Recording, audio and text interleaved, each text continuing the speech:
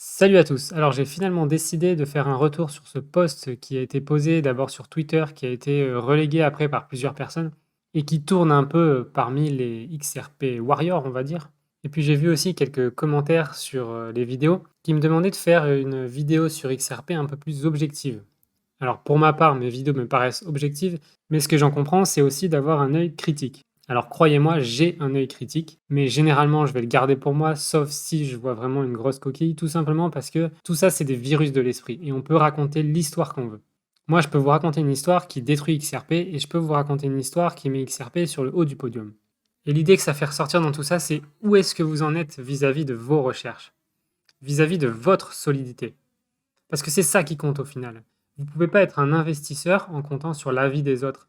Il y a un truc qui est massif en ce moment sur Internet particulièrement, c'est ce qui s'appelle les virus de l'esprit.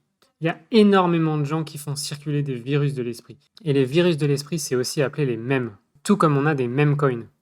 C'est une idée, une graine qui est semée sur Internet et qui, si elle se met à germer, c'est-à-dire à circuler et à se faire voir par de plus en plus de gens, va créer des réactions. Et ces réactions dans la masse sont voulues.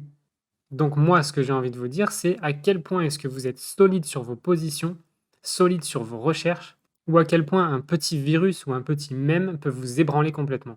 C'est ça qui est important en fait dans ce message. Alors du coup, dans cette vidéo, je vais faire les deux. Je vais à la fois répondre à ce message. Je voulais pas y donner de l'importance puisque c'est juste une histoire, mais je vais vous donner mon avis sur cette histoire. Et puis, je vais en profiter pour faire aussi une analyse un peu plus critique du XRP. Mais vraiment, le point important de ce message, c'est à quel point vous laissez une image qui, en plus, n'a pas de signature, n'a pas d'auteur, à quel point vous laissez une image ébranler vos mois et vos années de recherche et de preuves sur XRP, là en l'occurrence, ou d'autres assets. Un bon investisseur, il écoute surtout pas un message balancé sur une image sans signature. En tout cas, c'est pas ça qui va le faire douter. Ça peut lui donner des informations pour rechercher davantage de choses, mais c'est pas ça qui va le faire douter.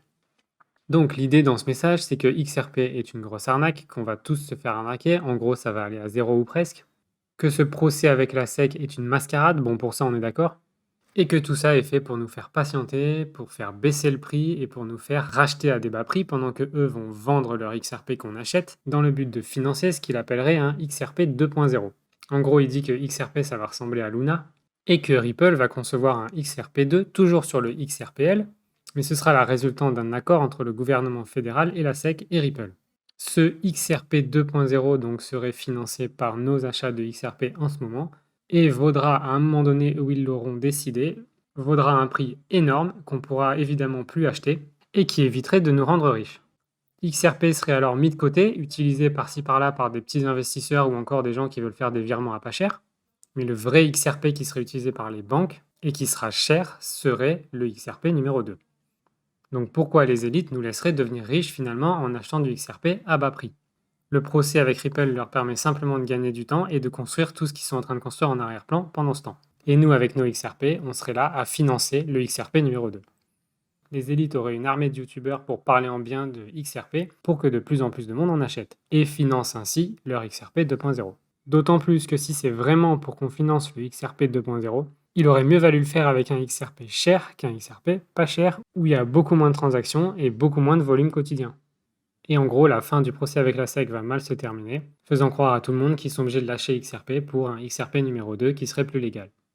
Aujourd'hui, il n'y a que des investisseurs accrédités qui peuvent acheter l'action Ripple, et ce ne sera pas différent de la prochaine crypto-monnaie qui servira de bridge à la place de XRP. Voilà en gros ce qui est dit dans ce texte. Alors qu'est-ce que j'en pense maintenant? J'en pense que c'est une belle histoire, c'est une histoire qui peut être vraie. Si je suis totalement honnête, j'ai déjà évalué le scénario qu'en fait ils sont en train de développer un autre XRP par derrière et qu'ils utiliseront celui-là à la place d'un autre XRP. Donc c'est une histoire qui me choque pas, je me la suis déjà fait dans ma tête. Sauf qu'évidemment, j'ai choisi de pas en parler. Pourquoi? Tout simplement parce que c'est une histoire. Sans preuve formelle, elle est ni juste ni vraie. Maintenant, je peux pas vous dire que c'est impossible. C'est un scénario qui est possible. Maintenant, ce qu'on peut voir dans ce texte et qui apparaît pour moi très clairement, c'est que le mec qui dit ça ne sait pas. Il a aucune preuve et il ne sait pas ce qui est en train de se passer.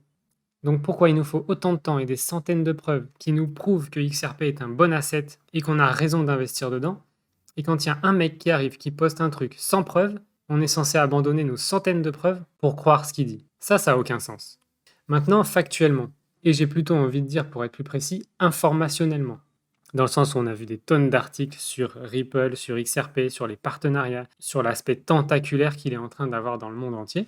Mais c'est vrai aussi que je ne suis pas allé serrer la main personnellement à Brad Garlinghouse pour lui demander si ces partenariats sont bien réels. Maintenant, David Schwartz a toujours parlé du XRP, Brad Garlinghouse aussi. Alors pourquoi pas leur poser la question? Allez sur le Twitter de David Schwartz massivement et demandez-lui précisément s'il y a un deuxième XRP en développement et que le XRP visible aujourd'hui ne sera pas utilisé. Une réponse qui demande juste un oui ou un non. Et comme ça, vous le responsabilisez. Parce que s'il ment en connaissance de cause, il prend des risques de délit d'initié. Et il pourrait être rendu responsable d'avoir ruiné des milliers de gens. Ça, c'est quelque chose qui pourrait être fait. Là, on voit que le gars a l'air plutôt frustré en disant que seuls les investisseurs accrédités peuvent acheter des actions Ripple. Comme quoi, c'est pour une élite seulement. Mais là aussi, c'est assez facile de devenir un investisseur accrédité. Il suffit juste de vous rendre responsable de vos actions. Donc là, pour moi, je ressens un mec un peu frustré, ce qui discrédite un peu le reste du message. Voilà, maintenant si on parle en termes de qui va devenir riche, ça représente tellement peu de gens, et surtout en se demandant à quelle hauteur, puisqu'effectivement le nombre de personnes que ça rendrait riche d'avoir un prix du XRP élevé est extrêmement faible. Je veux dire, il y a presque plus de gagnants au loto en une année dans le monde. Donc je ne pense pas du tout que nous empêcher de devenir riches soit dans leur considération. De toute façon, je pense pas que les élites soient foncièrement mauvais. C'est pas une affaire personnelle. C'est juste qu'ils pensent qu'à eux, qu'à leur profit, qu'à leur argent et qu'à leur pouvoir. Ils en ont rien à faire de créer des millionnaires sur le chemin tant que eux possèdent des milliers de fois plus que les autres. Donc même si des fois on me dit que je suis un peu complotiste, je vais dire je vais pas jusque là et j'irai pas jusqu'à dire qu'un de leurs objectifs prioritaires c'est de nous empêcher de devenir riches. Le nombre de personnes qui deviendraient disons millionnaires si le XRP valait ne serait-ce que 100 balles, et déjà 100 dollars c'est pas mal, il est sur ces comptes-là, c'est-à-dire à peu près 10%. Donc il y aurait les 10% ici qui seraient millionnaires ou multimillionnaires, et ici probablement les élites qui créeraient encore plus de fossés et qui seraient eux milliardaires ou multimilliardaires. Aujourd'hui, a priori, il y a déjà eu plein de millionnaires avec Ethereum, avec BNB, avec ADA, avec Solana, avec Shiba, avec Dogecoin. Alors pourquoi ils feraient une exception avec XRP? Aucune idée. Ensuite, un autre point qui me paraît discutable, c'est que là, ça a l'air d'être un Américain qui parle un peu comme s'il était le nombril du monde, mais Ripple et XRP, c'est mondial. Ce qui se passe avec la SEC et compagnie, c'est juste très local aux États-Unis. Les 80% aujourd'hui du business de Ripple et XRP sont hors États-Unis. Alors peut-être que toute l'information qu'on peut trouver sur Internet est fausse. Je dis pas, c'est possible. Mais il y a quand même de plus en plus de preuves qui montrent qu'il y a des partenariats et que c'est XRP qui sera utilisé. Pourquoi il y a cette corruption entre la SEC et Ethereum qui serait doucement mis au grand jour si c'était pour remplacer XRP? Ça ne fait pas de sens. En gros, tout le monde va commencer à dire publiquement qu'il y a eu de la corruption et que Ethereum a eu son free pass et que Ethereum c'est bien et que Ethereum faut investir dedans. Les gens investissent dedans et Ethereum monte et donc beaucoup plus de gens que ceux qui sont dans le XRP deviennent riches. Ça n'a aucun sens. En tout cas, pour moi, ça n'a pas de sens. Ou alors c'est une mascarade vraiment bien pensée. À la fin, il dit aussi qu'on a ouvertement dit qu'on voulait les détruire, les élites. Et que oui, c'était une super idée de dire qu'on veut les détruire en voulant devenir millionnaires. Mais là aussi, je dirais que ceux qui ont davantage voulu ouvertement détruire les banquiers et les élites, c'est les pro-Bitcoin et les pro-Ethereum. Avec Ripple et XRP, nous, on a plus tendance à vouloir jouer avec les deux. Et moi, c'est ce que j'ai aimé avec ce projet, et ça, je vous l'ai dit dans une vidéo il y a longtemps. Pour moi, le changement, ça se fait très souvent dans le déséquilibre et ensuite dans l'équilibre. Aujourd'hui, on a les banques. Pendant ces 10 dernières années, on a voulu construire l'extrême opposé, se séparer des banques avec Bitcoin, Ethereum, etc. Et XRP, lui, se place dans un juste milieu où il va utiliser à la fois le système d'avant, qui a plein de bonnes choses mine de rien, et à la fois utiliser le futur système.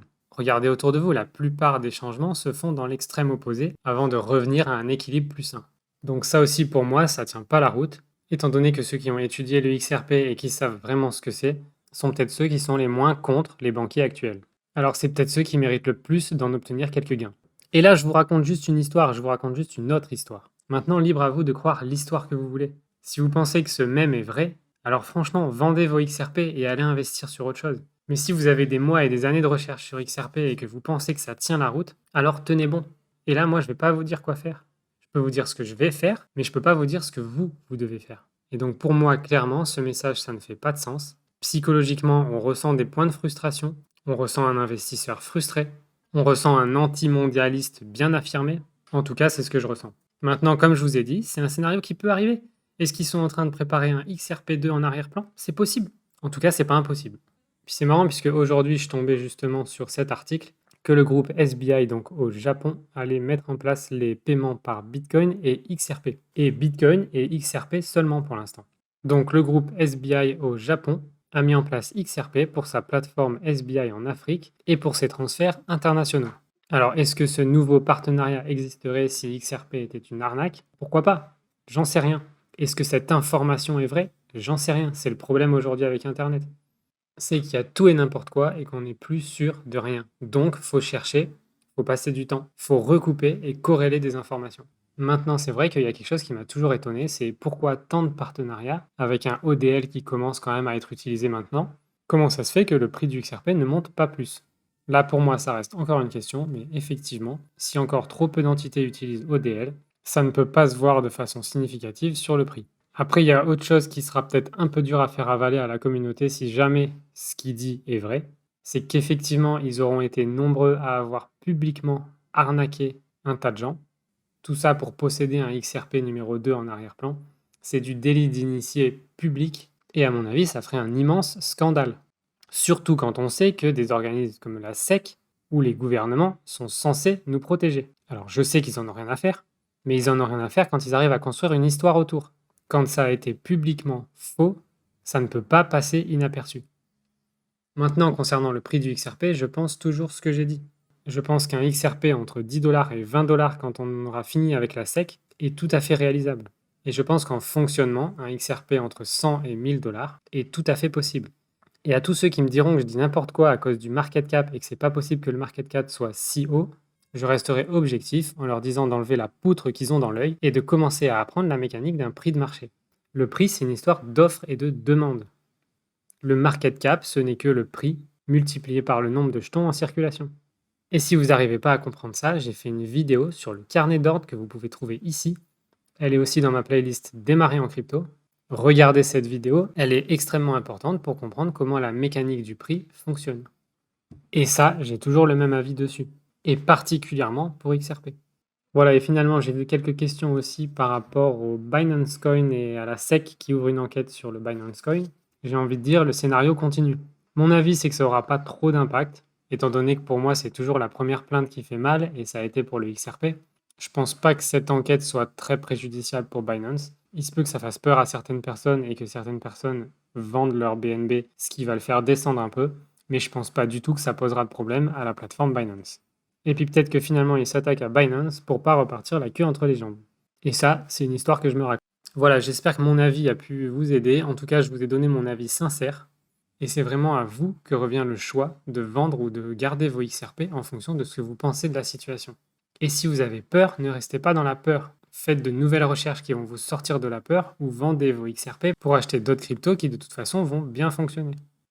C'est pas sans se rappeler non plus que Flare va sortir début juillet et qu'il va offrir du stacking sur un asset qui s'appellera FXRP. Souvenez-vous aussi que Ripple fait partie des membres de l'ISO 20022 et qui fait partie des rares cryptos à être aux normes ISO 20022. Donc revenez aux fondamentaux, faites de nouvelles recherches si vous en avez besoin, mais restez pas le cul entre deux chaises. Mon avis à moi, c'est que je garde mes XRP, puisque de toute façon, je suis conscient qu'une fois que le procès va se terminer, le XRP va prendre 10 ou 20 $.